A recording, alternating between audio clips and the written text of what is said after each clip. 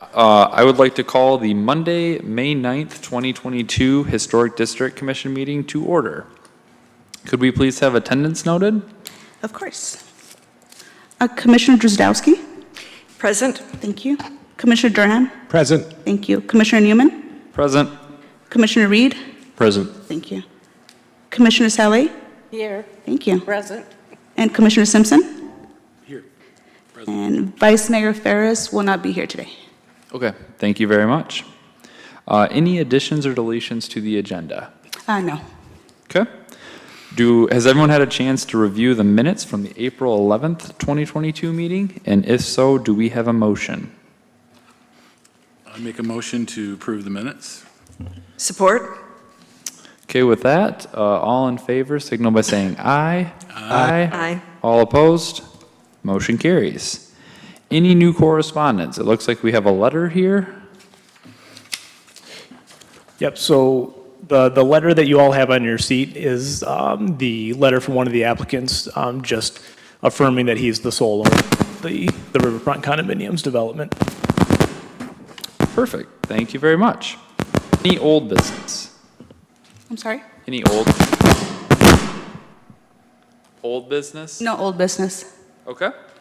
Moving on to new business then, we'll start with H0522. This is for 115 West Street. Fast Signs of Grand Rapids is looking for a certificate of appropriateness for a new ground sign to be installed in place of the existing sign at 115 West Street. Travis, if we could get a quick report from you, and then we'll have the applicant speak. Yep, so staff is recommending approval of the application for 115 West Street for the replacement of the existing freestanding sign on the site. This is a multifamily residential development in the local historic village at Irving Park.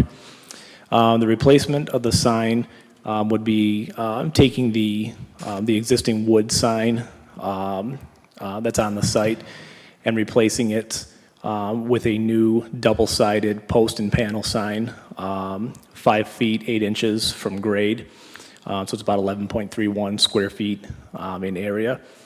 The sign will be constructed of a 6 millimeter alu panel design. It's like an aluminum composite with a black finish and gold and white lettering. The sign meets all requirements of the sign ordinance, and so it would be eligible for a sign permit. Staff recommends approval of the placement or the replacement of the sign with the condition that verification of agency be provided by the applicant. Now, this is something that the city attorney brought up last week in reviewing the packet. The applicant is Fast Signs of Grand Rapids. The applicant obviously signed the application. There was a letter provided, however, in the city's BS&A system, 115 West Street is not listed as the current owner. It's currently listed as VIP Battle Creek Apartments LLC. So this may just be a matter of LLCs and getting it straight, but it's just an additional condition to add. We just want to make sure that we have approval of the owner and that the individual who signs has agency to do so. And so staff recommends the approval of this item with that condition, as well as the additional condition in your staff report simply related to any discovery of any historically significant material. Perfect, thank you. Do we have anyone here wanting to speak on behalf of us? If you could, please just step up to the podium and state your name for the record. Hello, my name is Alex Ortlieb. I work for Fast Signs in Grand Rapids, and I was the one who submitted the application. Excellent. Feel free to add anything else to the report. If not, you can take a seat and we can ask questions. Yeah, he covered most of it. The existing sign, it's for a different owner, but it is also very dilapidated. It needed to be refurbished, so those two reasons are why we're asking for a new sign.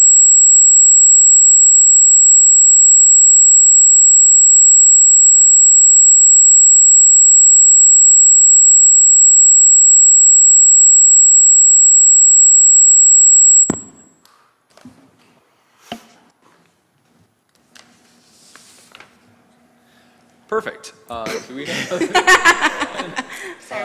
any commissioners that have any questions or comments on this? Okay, seeing none, I will entertain a motion. One question, you don't see those two additions as being problematic? No, not at all. I was talking with the office before the meeting, and we are aware that we need to get a new letter of approval. That shouldn't be an issue. Thanks. Do I have a motion? I make a motion that we approve the new sign. Excellent. Do we have a second? Support. Okay. Seeing that, could we please get a roll call vote? Yes. Commissioner Simpson?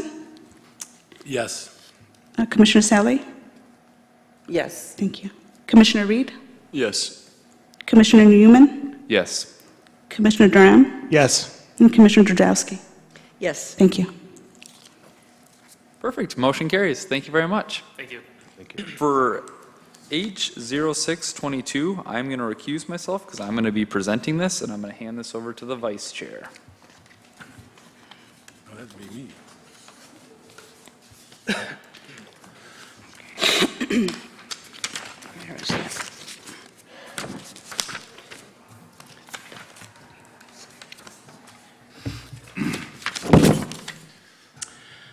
Okay, that brings us to the second item on the agenda, H0622, for 115 and 115A and 117 West Michigan Avenue and 11 Carlisle Street, restore 269 from 117 West Michigan Avenue. Has submitted a petition for a certificate of appropriateness to build a new structure to store vehicles overnight, and the paving of the parking lot behind the existing building for properties located at 115, 115A, 117 Michigan Avenue, and 11 Carlisle Street. Do we have anybody present to? I'd be happy to speak on that. I'm sorry, what was the name? My name is Cody Newman. I'm here with Restore 269 today at 11 Carlisle Street in Battle Creek, Michigan. What I have is proposing a new garage on a vacant lot. Currently, there is a gravel lot behind the building that's at 115 to 117 West Michigan Avenue, and 11 Carlisle is actually the rear condo address that the parking lot is. That's where the structure would be located.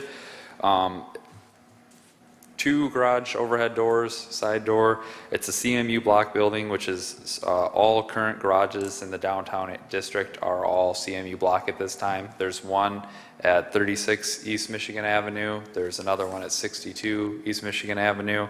And then there's a loading dock at 15 Carlisle Street. And all three of those are all CMU. Masonry, that's an approved one in the district there. That's what we're building it out of. It'll have a metal roof. Some exterior lighting on the side. It's not going to be heated, cooled. There's no plumbing involved. It's just for the storage of vehicle for safety purposes. Happy to answer any questions that you have.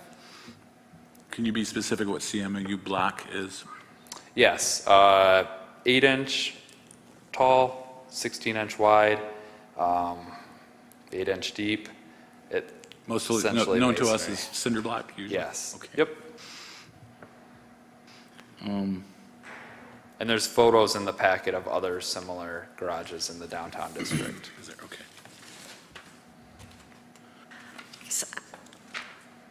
Can you help me imagine, I was trying to figure out where on that lot is going to go. So will the back of the garage be aligned with the sidewalk on Carlisle Street? Nope. If you look at C100 in your packet there, that is the site plan itself. So we have Carlisle Street on the left-hand side for all intents and purposes here. We have 119 and 121, that's the corner building. And then 115, 117, and 11 Carlisle, that's the one up on the top right there. And then directly across from that. So when you're coming off the sidewalk, it'll barely even be visible from Carlisle Street. It's tucked away in the back corner. The only time it'd be visible really is if you're in the back parking lot off of Jackson Street. You would be able to see the back of it. At this time, we're just building it as a block wall in the back, but we plan to put some sort of mural on the back at some point.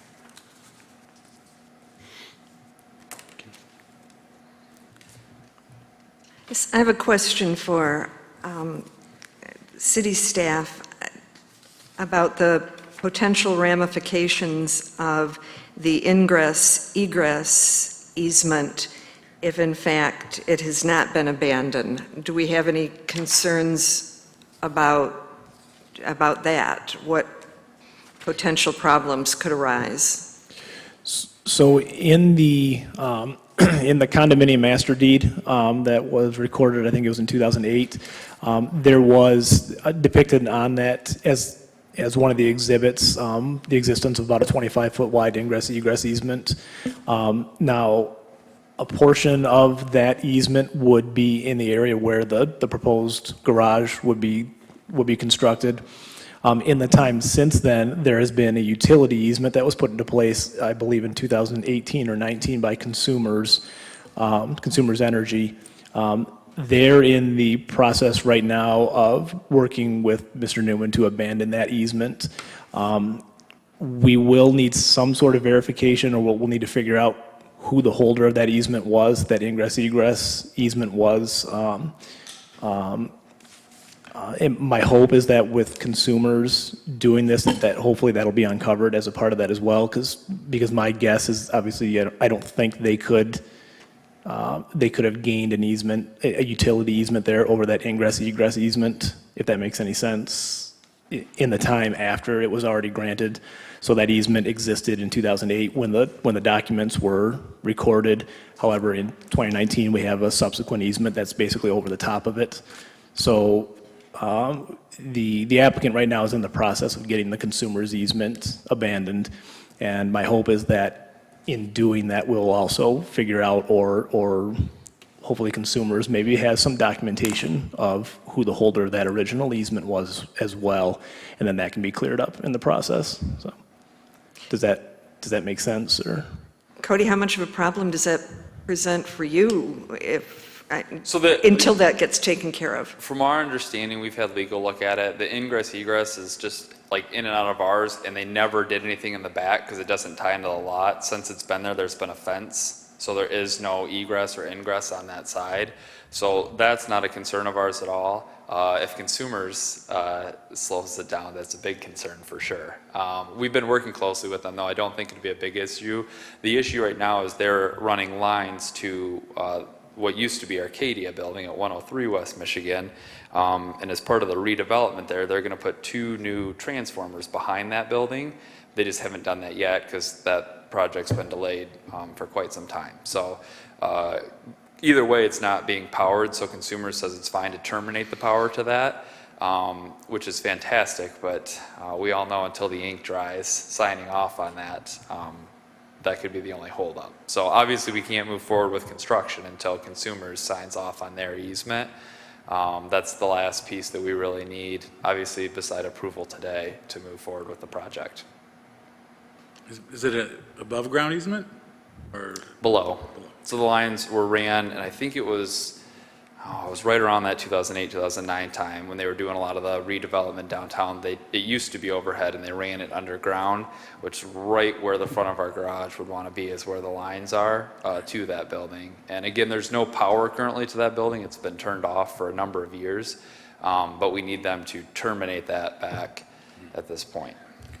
Does the city have a presentation on this? Yep. So the applicant pretty much already hit most of the high notes on this, but just a quick summary. This obviously is an application for the construction of an accessory building there between the existing building at 103 Michigan and then the building along Carlisle Street, which is known as the Record Box. So the proposed garage would sit kind of in that area right between there. That's currently fenced off. Additionally, the applicant is proposing the paving of that lot that's currently gravel behind their building. Staff's been working with the applicant through the process of configuring the parking lot in a way that would be able to be approved through the site plan approval process. It's not necessarily an item that the Historic District Commission has to concern itself with, but we did want to make mention of it. Obviously, it's an alteration to a lot in the Historic District, so did want to include it in here. And like I said, just make sure that everyone understands that that'll be in the configuration of the parking lot will be part of the site plan approval process. Additionally, as it was already kind of touched on, getting the easement issues cleared up is going to be the biggest thing with this one. Once that's completed, everything on here, in staff's opinion, meets the requirements of the Historic District. It's not altering an existing resource. It does not kick the requirements for the form-based standards into effect. That would be an expansion of the existing site or the existing building or developed area of 25% or more. This, whether you look at the existing built area or you look at the lot or the area of the condominium association as a whole, this does not constitute a 25% expansion of the building area of that. And so that being said, that does not kick the design standard, the form-based design standards into effect. So that's just another, again, not necessarily something that the Historic District Commission would have to evaluate as a part of their approval, but it is tangentially at least related to what you're looking at. At some point, we're going to run into a project that is going to be required to meet all of those standards, and we'll have to work through how that will work with Historic District standards as well, being those two things that we kind of have to balance. So, Does the city recommend approval? the city recommends approval with the conditions listed in the staff report. Could I ask a question? One question, one quick question. The parking garage, is the parking garage going to accommodate the residents of the riverfront condominiums, or is it just for personal parking? Is it for you to display those high-top cars and, have people come in and look at them and things like that? Or is it for the public? I guess I need to, that's my question. Yep, it's for the riverfront condos. Okay. So the people living in the condominiums will be using it. Okay. Thank you. And how many cars? It's a 4-car garage. And just a further point of clarification too, the riverfront condominiums right now, and Cody could probably help with this too, exist or consist of an existing 2 commercial units on the ground floor, and then above are the 2 residential units. So, staff's understanding was that the parking was for the residents who live there, and it's for overnight parking for them. So, Any other questions from commissioners? Any questions from anybody out there? Anything else you didn't cover, Cody, that you want to cover? I think we're good. Okay. Is the residential part vacant? No, Oh. the residential part is occupied at this time. All right. Well, okay. Seeing, I'm looking. seeing there are no further questions, I'd like to entertain a motion. Motion to approve application H0622, a petition for a certificate of appropriateness to build a new structure to store vehicles overnight behind 115 through 117 Michigan Avenue and 11 Carlisle Street. Support. Motion has been made and supported. I'd like to take a vote, please. Commissioner Duran, Yes. Commissioner Reed, Yes. Commissioner Sally, Yes. Commissioner Drzdowski, Yes. and Commissioner Simpson. Yes. Thank you. Thank you. Thanks for your support of downtown.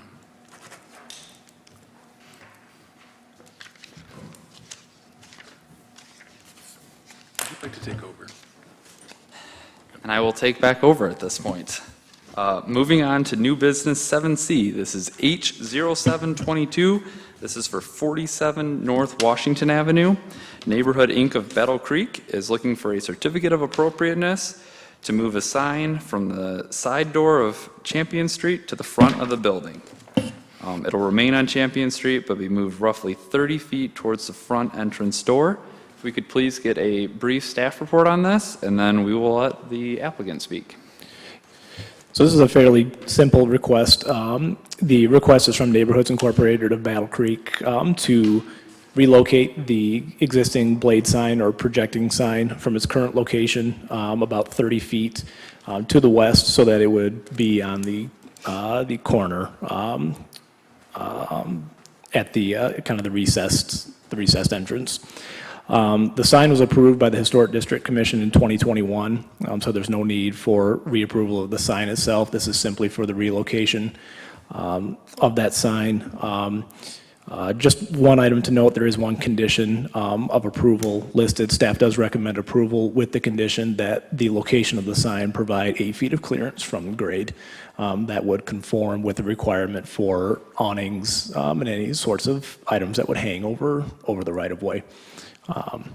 As we don't, and I think we may have discussed in here at a meeting a few months ago, we don't currently in the ordinance have anything that addresses directly blade signs or projecting signs, and so we've essentially taken past precedents, how staff has handled these situations in the past, and used the requirements as it relate to wall signs in terms of square footage, and then for safety's sake, looking at the awning requirements for awnings and other items that would project over the right-of-way to ensure that safe clearance is left for those items, and so that would be the one condition of approval that staff would recommend on this one.